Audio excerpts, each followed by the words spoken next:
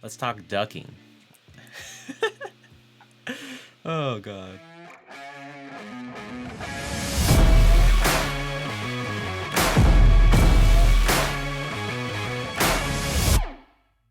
How's it going, everyone? I'm Aaron Dati. Welcome to another wedding walkthrough Wednesday. Today we're going to be talking about audio ducking. So basically what audio ducking is you are transitioning the audio from very high noise level to a very lower noise level, and you want to do it as seamless as possible, not like a huge just like drop. So it goes, if you see your like audio or your music go from like this kind of pattern, definitely do not do that. It's very noticeable. You want to ease that transition depending on how loud the level was before your actual transition. So if it goes from like -6 to like -30, you definitely want to have that elongated and not have it super short, because again, it will be noticeable. So say you are doing the audio ducking for your music on a wedding film, and it is an instrumental, and you have like some toast overlay, and you have the audio from the toast or the speech giver, you definitely want to have a little bit more room for the audio from the speech giver to go through,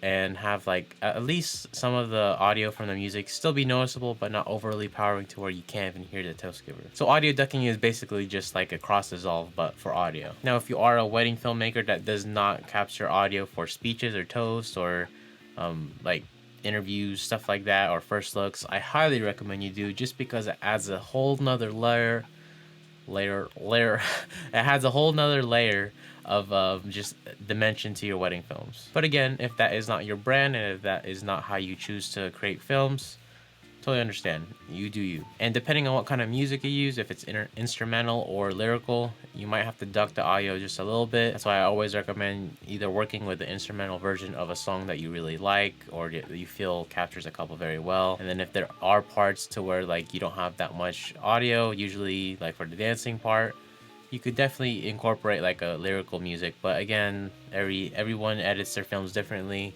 This is just what I do. So we'll show you a little bit about how to audio duck your audio. So the easiest way to do this in Final Cut Pro is just to press R, and you will see the icon of your cursor change. But if you don't want to press R for some reason, you could just go up to this little box and click range selection. And then you just click the part of your music or whatever you are trying to duck the audio for, and you choose where you want it to start. For me, for instance, on this clip, for this example, I wanted it to start there. And again, depending on how much you want to duck it, I usually leave it anywhere from -20 to -30. But again, it depends on the kind of music, how loud the music is generally. But usually around like -25 is usually the money spot in terms of like how much to duck the audio. And then it, like, I'll just show you the example, and yeah, hopefully it makes sense. My father loved Lauren. So that's usually how much you want to, like, again, transition that from loud music to softer music, and start incorporating the audio from the toast giver. And I'll show you what it sounds like if, for instance, you don't transition it like smoothly. It's just a hard cut jump. It is very weird. And I'll play that example right here. My father loved. So it's super noticeable. You could definitely hear that like level of music change. You don't want that. You want it to be as seamless as possible. Again, you're doing a transition, so transitions usually work the best if they are seamless. If your audio or your music looks like this, like it's a legit just step and it's not like a smooth slope, do not do this. You can if you want, if that's how you want to edit your films, but I do not recommend that. That's just my little 2 cents. My father loved Lauren. So you definitely want to duck your audio.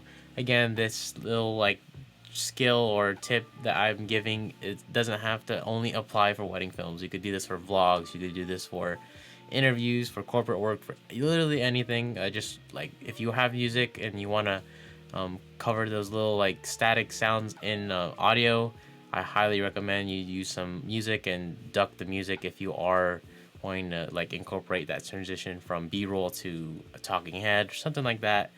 Just, yeah, duck your audio. You could use this in whatever it is that you are filming, and it just makes it seem more professional, which again, you're trying to convey. You are a filmmaker, you really want to have that professional feel and brand to whatever you create. I mean, I don't think anyone else strives to create bad films. I mean, that'd be a weird kind of thing. But I mean, yeah, I don't know. That's all I got for today's video. Thank you for watching. Hopefully you learned something. Like the video if you liked it, share if you're into that, consider subscribing if you're not already, and hit that bell notification to stay up to date when I post new videos. And as always, follow me on all the social medias at Aaron Zatu Films, and I'll see you all in the next one. Peace.